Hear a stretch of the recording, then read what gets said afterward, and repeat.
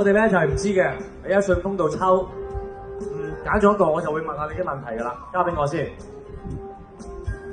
嗱，啲廠商會嘅或者係工展會嘅一啲資訊，睇下你又知道幾多啦。你嘅問題係咁嘅，第一屆嘅工展小姐喺邊一年舉辦嘅咧？呢個問題我就梗係知道啦。第一屆嘅工展小姐就係喺第10屆嘅工展會嗰度開始舉行㗎。咁其實咁多年嚟咧，工展會咧都會提供好多精彩嘅節目同埋活動咧，俾廣大嘅市民多一個休閒娛樂嘅好去處啊。咁當中工展小姐咧非常之膾炙人口啦，都係有成差唔多70年嘅歷史啦，都可以話係本地選美嘅始祖嚟㗎。咁多年嚟咧，工展會一直都係非常之矚目嘅香港嘅盛事嚟㗎，都可以話係家傳戶曉、深入民心啊！哇，全中喎！咁自己能夠成為即係其中一屆工展小姐嘅候選，都相當之榮幸啦。咁借呢個機會嗱，再考一考你啦。如果要你推介一啲香港嘅旅遊景點同埋美食，你又會有啲乜嘢嘅心水咧？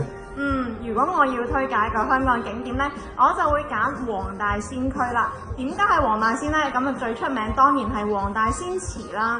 黃大仙有求必應，求籤有靈呢，就大家都知道噶啦。咁所以都好推薦大家，有時入到去行個大運祈下福呢，都會好開心噶。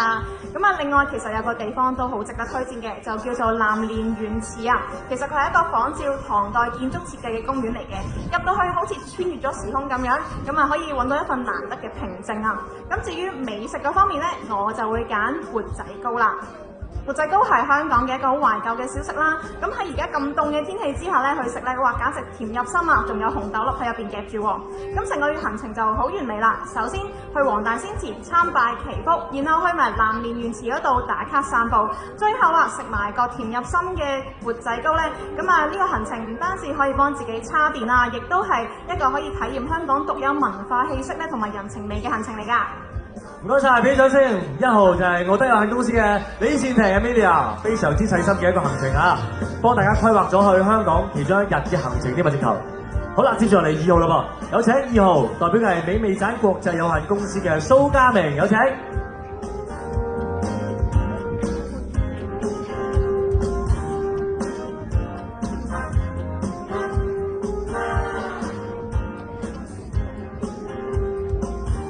Hello， 你好，碌碌係咪啊？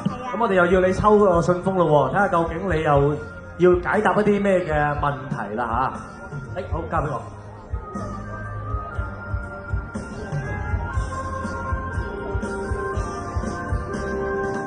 好啦，呢個就問你一個年份嘅，睇下你知唔知道啦。1967年係工展會嘅幾多週年咧？睇下你識唔識計數啦。1967年係工展會嘅25週年，所以又叫做銀禧工展會。而嗰年嘅工展會係喺紅磡嘅新填海區度舉辦，面積有成60萬平方尺㗎。而當年除咗有香港政府參與之外呢，廠商會仲有同香港貿易發展局合作，喺香港工業出口陳列館度陳列咗具本地特色性嘅本地產品。哇，犀利，冇錯，1967年咧就係25週年啦，亦都係相當標誌性嘅其中一年啦。咁問一問你啦，今年你又成為我哋工展小姐候選嘅工展小姐啦，你又會推介啲乜嘢嘅旅遊景點同埋美食俾我哋在場嘅朋友同埋旅客呢？講到香港景點，就唔知大家會諗起啲咩啦。我就會諗起山頂啦，太平山山頂風景人人都愛，尤其係喺山頂嘅凌霄閣，簡直係將維多利亞港盡收眼底啊！而企喺呢一個山頂凌霄閣，海拔428公尺上面望翻落去，加埋光線嘅折射，成個維多利亞港好似閃閃發光咁樣，非常之震撼。所以我非常之推薦大家可以去山頂度睇下。美食方面又有啲咩好嘢推介俾我哋嘅旅客咧？睇完靚景就梗係要嘆翻杯好嘅嘢飲啦！我最中意就係港式奶茶啦。港式奶茶茶味濃郁，奶味香滑，一啖入口苦中帶甜，十足十香港人嘅性格咁樣，堅毅又溫柔。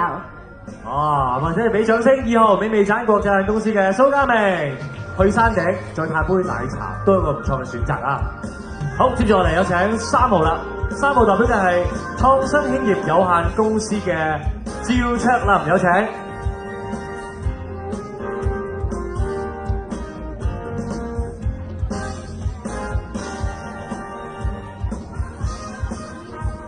Hello Shereen 你好。好啦，睇下你可唔可以輸嗰邊啦？你揀你一個信封先。Thank you。好，等陣啦。個題目就係咁嘅，呢個就真係考你嘅心得啦、心水啦。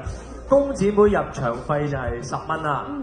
咁呢10蚊絕對係物超所值啊！如果市民入到嚟咧，點樣可以入場掃貨咧？